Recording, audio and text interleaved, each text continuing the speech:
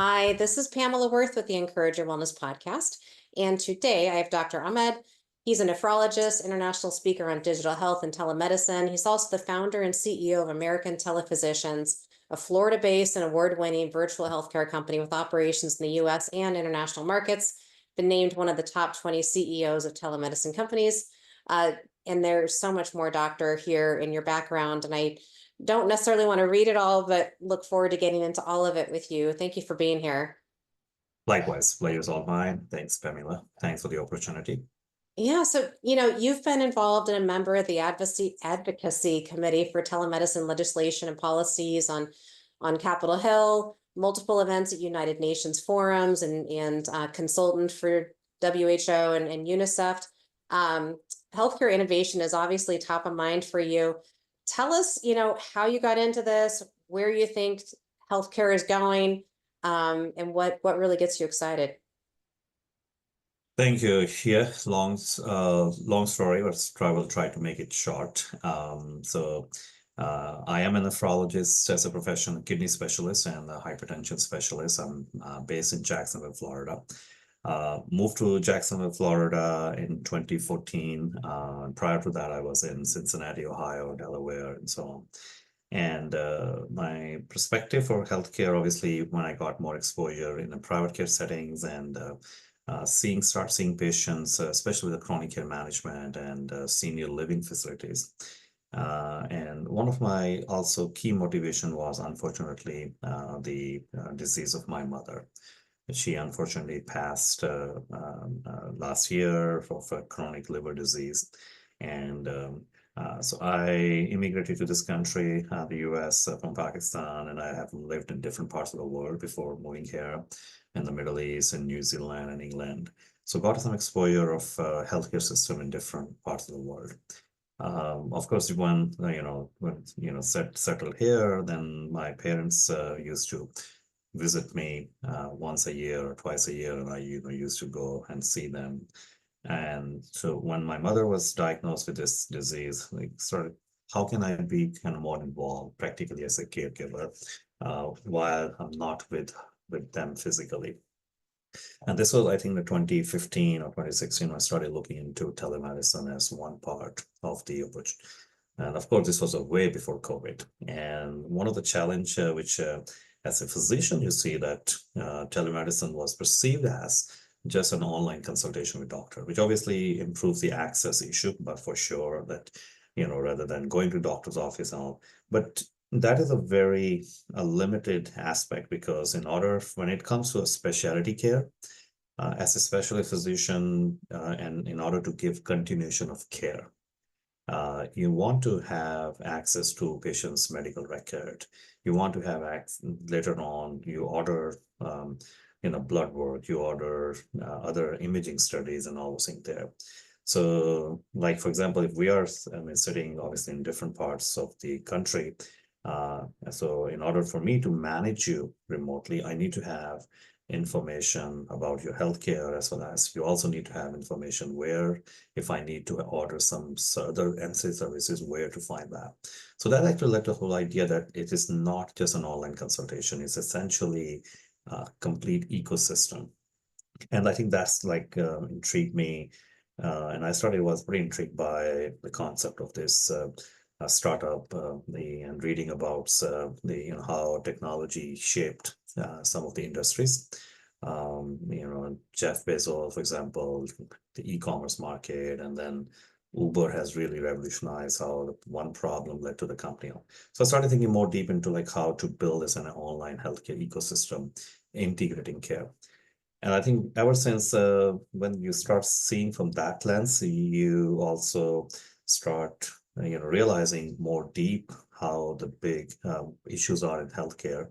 And a lot of time I talk is the US being such an advanced healthcare country or system, but it's not the most efficient system. We all know that because there's so much the cost is much higher than the other countries, and despite having all the resources. And the challenge has been that the care is not integrated and so on there. So when you start seeing from that lens, and then on the other side, start seeing from the patient's lens as well as their family members, that led me to kind of start. So luckily, I was joined, I joined hands. So some other physician friends, I talked with them. I talked to my brother for establishing an IT company and so on there. So we essentially evolved as a company which understands from the healthcare and specialty care, but then with a mission, how can we utilize technology to solve, I would say, three problems of healthcare, three A's: access, affordability, and awareness, patient education. So that's what I think led me to kind of start this. And the first project we worked was to help my mother to, online care platform. By sitting in here, you could order services back home country in Pakistan. How can you get all the services? You could get the care at home. And seeing that service actually deliver was such a gratifying, because this was a start of one solution which can help millions of family members who are not necessarily live in the near with them, but they can actually utilize and unite by the technology, and you're closing the gap. And then of course COVID came, and then further it became very telemedicine became quite popular. Right before that, I think when I started presenting this, also I got the opportunity to present at the United Nations. We were invited by the United Nations for a digital health conference, present this idea of having an online healthcare campus. And we all see now universities of online campus. We have banking is online, but when it talks to healthcare, getting everything online, that's where the big gap is there. Last, but I think the other piece, which I think was very important when I experienced as a patient myself, you'll be maybe surprised, but I got MRI of my back, and I did have insurance, never used it for the whole year, and then finally I use it, and then to my surprise, I saw the bill of $1,800 for my MRI. And I saw, like, I'm a physician, and I thought, like, I knew healthcare, and I called my insurance, and they said, oh, you should have, because now the study was done, so you're liable for that. And then I started learning more about deductible, and then and then even you haven't met deductible, the price difference can be. So we have this platform. Then after that, we started working on this platform, Cura, CURA for you. Same MRI, we have over 900 radiology centers. And we build this for patients who don't have insurance or high deductible plans or no price transfer, the surprise bill, just the price with the services are listed with the price transparency. Same MRI starting for $300. So you can imagine like how people did. I mean, it's such a system where you think you have insurance, then you will have less cost, but that is still not the case. And then even if you don't have insurance, even a deeper mess. And then if you're dealing with a senior citizen coming to the the transport, logistic, housing there. So, but every one problem is linked to other one.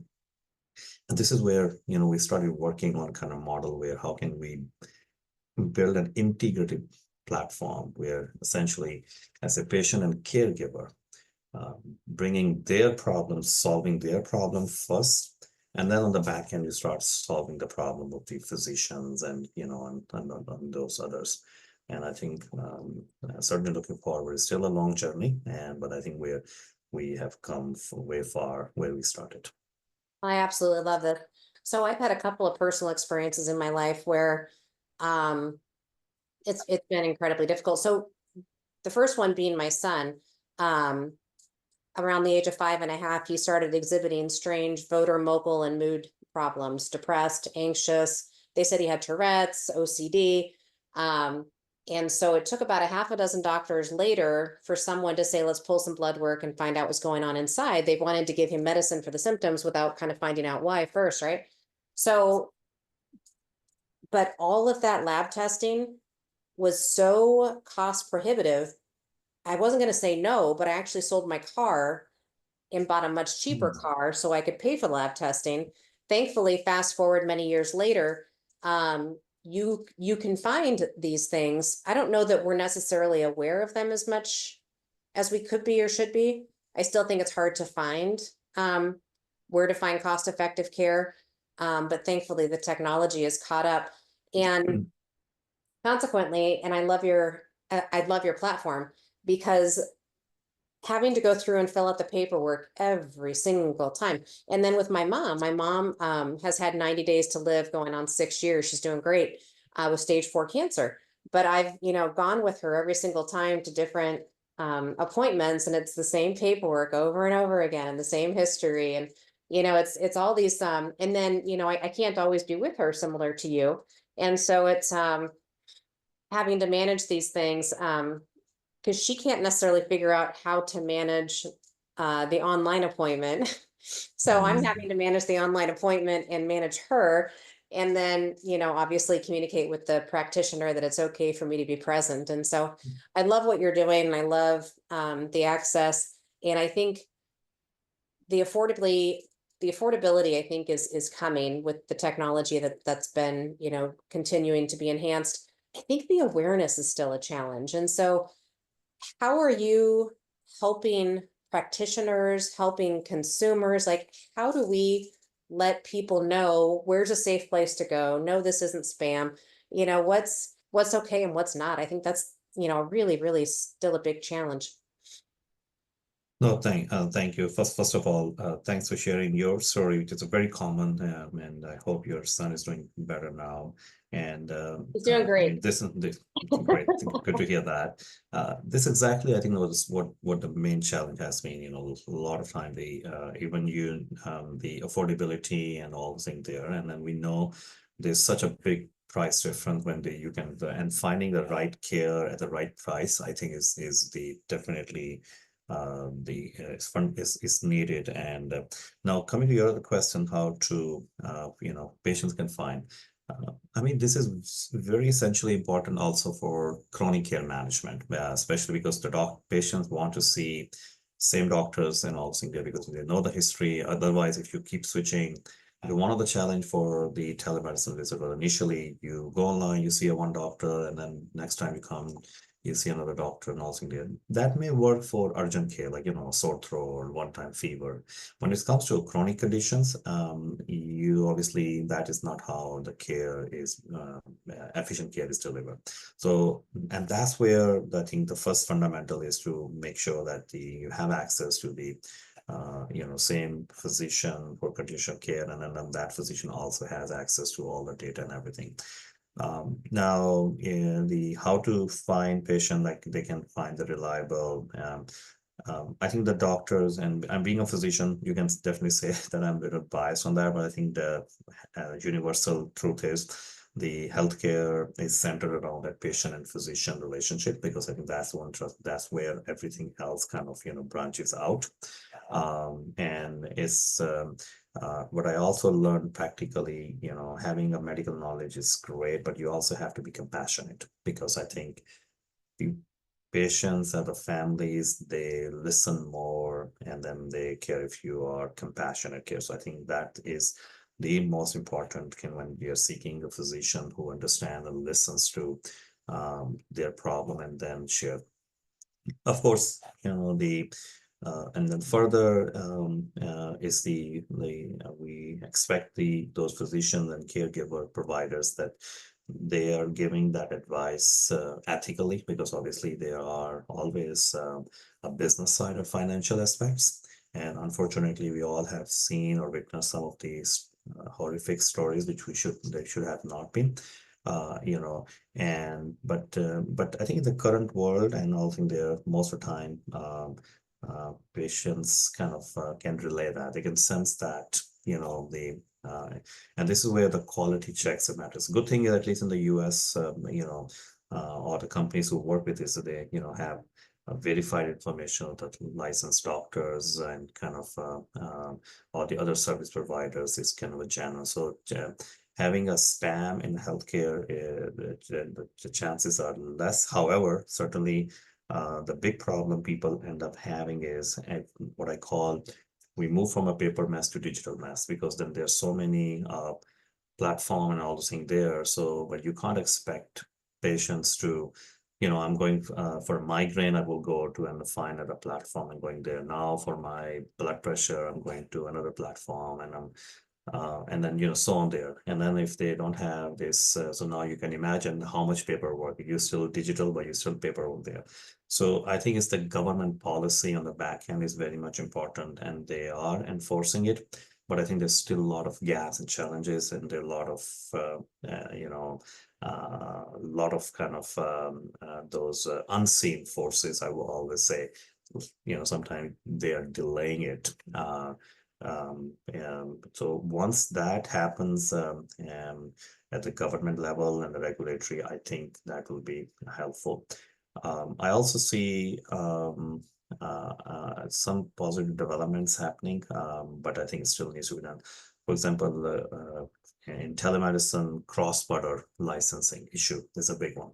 I don't think there is it's not about the physician shortage, I think it's the relative physician shortage. There is certainly physician shortage in some areas, but it's so complicated because then if I, the same, you do this as a physician, you are a board certified doctor across the US, but then in order to have a license, it's so much difficult to get a license. Like, so luckily now this IMLC, which is Interstate Medical License Compact, more states are adopting to it. It's making easier. So I think then that will also solve some of the problem of the access and the physician shortage.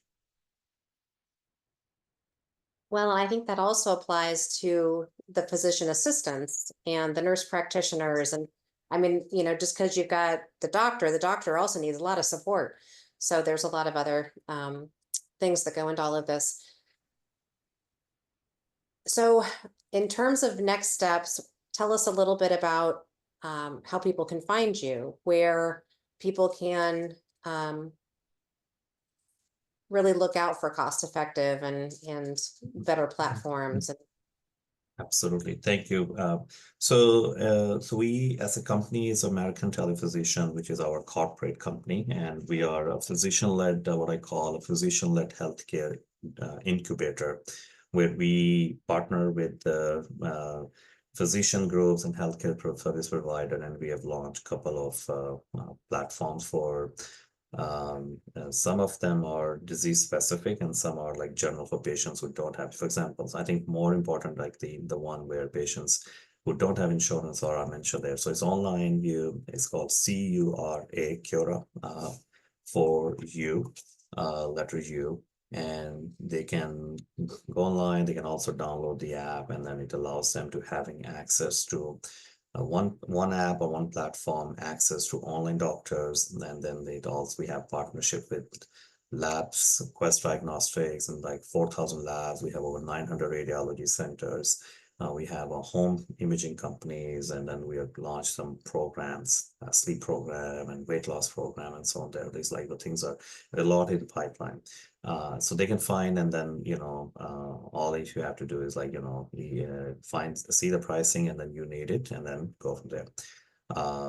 This platform is also helping now small business and employees, because then a lot of time you have 1099 workers or part-time workers. As a business owner, the biggest cost is the healthcare. One of the biggest costs, healthcare benefits. So it's typically part-time or 1099, they don't get any benefits. But I think this is an opportunity just for $9 a month. It's a subscription which will give you access to healthcare coach, as well as then access to all the services. And then they can essentially, whenever they need it, they can use outpatient services. One of the big area, I think, is the focus on the wellness side, because unfortunately, our current care model is more focused on hospitals focused, because, like you get admitted to hospital, and then this is like what I call, chasing the tail, and then, so how to prevent that progression of disease, that's where I think where the initiatives are. Medicare does wants to, promote that, but then, so with our company, we have build our technology, and now we also have AI built into this technology, which is like do the early risk assessment, and then the system will, based on your current profile, what's your cardiac risk, what's your stroke risk, and so on there. And then based on your risk assessment, customize care plans. This certainly help to, early detection of the diseases, and then if you find it, and obviously it slow down their progression, and you're an early intervention. So one of the example is our NeuroX project, which is we launch for the to combat stroke and dementia care, and we recently won a contract by Medicare for innovative guide program for dementia care and helping patients for early screening and providing their care, as well as resources for caregivers. So these patients can stay at home. I mean, otherwise, you can imagine if you have a patient's family member with dementia, or unfortunately, a family member who had a stroke and is not very active. It's certainly a very debilitating condition, and it's also very stressful for the family. So with our NeuroX platform, we are helping families for management or for early dementia risk assessments, as well as patients who had a stroke or at a risk of stroke, see a neurologist or see a psychiatrist for mental health or something there. So that's where we essentially are, providing access to our senior citizens. And so do you find that most of the people that are on the platform are of a certain age, or do you take care of people across the entire family age spectrum?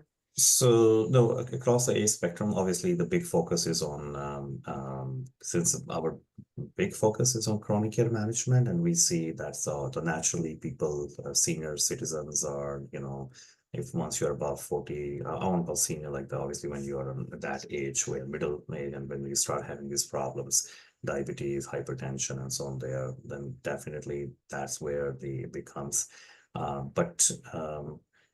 When I look at the company, the two verticals which we were very much focused, one was people who don't have access, like self-pay. So that is across the age spectrum. You maybe, you're a visitor, you are 1099, you don't have insurance coverage for you or your children or so there. So we can provide, that platform provides the care. And second is people who are senior citizens living in senior living facilities at home, because they are the often people who have multiple problems, and it's hard for them to go to the doctor's office, wait for so long, and they typically, you can see that they require multiple consultations. And what we essentially building that with the technology, I already talked about the risk assessment, but I think the other part is after providing them consultation, utilization of the remote patient monitoring, I think is a big one. Wearables technology, Fitbit, Apple Watch, and blood pressure devices. So it's all about helping their day-to-day data for the clinical data, and then providing that clinical data into utilizing AI, helping physicians and the care providers so they can actually adjust their medications. So imagine that the case scenario, I do hypertension clinic. So my patient, we get as a physician, so we give them this blood pressure devices at home. So they're taking the blood pressure readings, and our nurse gets all this monitoring and their automated alerts. And then based on their readings, their medication can be adjusted. You'll be surprised. Not only we have prevented a lot of hospitalization with that program because their blood pressure, let's say, before it gets too high or too low, but in reality, I've also taken more patients off the blood pressure medicine than put in, because what was happening, they were coming to doctor's office and they were anxious or something. So previously decision was being made on the 1 or 2 blood pressure readings, but now you have more systematic data, and then you can also see, actually that when they take medicine, their blood pressure goes down. And then how to adjust them. So you already call a personalized intervention. That's where I think it's really changing the dynamics and also improving the healthcare outcomes. Yeah, I love that.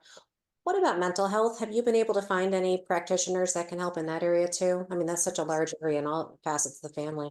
So we do have under our NeuroX brain health vertical, we have launched a telepsychiatry service line of brain health. Our philosophy is the same. Start with the risk assessment.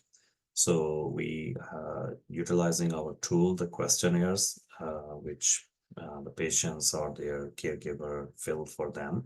And then it's essentially identify what's the risk for different depression, anxiety, PTSD, mood disorder, and so on there. So before a consultation happens, that screening tool allows them, to further a triage. It also helps a lot of primary care physician or provider or family like actually to have, a screen for those conditions. Once you are screened and now you want, moderate to high risk, then obviously we provide access to online psychiatrists, and then the psychiatrist then will build a customized plan, whether you need medication or you need a psychotherapy and so on there. So you can see how everything is. So this core principle of having this approach of the identify the risk and then triage for connecting with online doctor and personalized care plan is across the spectrum. Whichever disease you talk about, I think that is the future of healthcare delivery. Well, and I totally agree with you. And I love what you're doing. It's, it used to be that the body's the body, the brain is the brain, but there's so much that goes into your mental health that is relying upon some physical part Absolutely. of you. And so by integrating all of that together, I think it's super important and can help too in terms of a preventative when you get your hands around it at certain ages versus others. So I love that. It's definitely, I think it's a credit to the whole team and the physicians and the partners who have joined us. And I think I always say it's all about the united effort. I mean, there's no single company, no matter how big they are, that have a solution. It's about partnering up to build this ecosystem so the right care at the right time at the right price can be given. Is there anything that I have forgotten to ask you about that you'd love to add or um, I think that we covered pretty much. Obviously, we talk about AI. I think that's one thing I always now for my healthcare fellow physicians and professionals. I think when I remember when the electronic medical record system were introduced, so there were quite a few resistance initially. But then we saw how it became mandatory to have a data and all things there. Now, obviously, this AI has really is shaking up the whole aspect. So healthcare will not be different. I certainly see that there needs to be more openness, but I also would love to see healthcare providers, physicians, and other providers to not only adapt to technology, but I think they need to step up because they are the best architect. Because then they know how the workflows and processes work. And then they can partner with the technology companies to build some of the solutions which are essentially can be much friendly to use. So this is, I think, the momentum, the mission, what we are saying that, okay, this is how in the name of American TelePhysician, like, okay, the physician-led technology. And we have been building some amazing platform backed by a physician, whether it's the virtual brain health. We recently entered one international contract for virtual kidney care platform and so on there. And now we're working on a virtual oncology. We also have a virtual oncology platform. And then, there's some amazing work being done inside. So I certainly see that with this combining technology into the healthcare expertise, then sky becomes the limit, and then this really will solve a lot of patients' problem and also reduce the cost significantly. yeah, well, thank you so much. I love that. So one last time, where does where do people learn more about you and find more research information, gain access? Absolutely. So if you're a patient, you can go to Cura for You, www.cura4u.com. This is for patients who wants to like book healthcare service with price transparency and so on there. So everything in one marketplace. And if you are looking for any brain health issues and so on there, so we have this NeuroX, NEUROX.us. So you search NeuroX. And for our healthcare as a corporate site, American TelePhysician website gives you a lot of information about all of it. So because one of the area we would love to kind of partner up with the healthcare providers, growth companies, and then also having an international operations also. Certainly healthcare companies in the international market who are looking for innovative healthcare solutions and also access to specialist physicians. We would love to kind of explore the collaboration opportunities. Super. Thank you so much, doctor. We really appreciate You're it. welcome. Thank you so much. Thank you.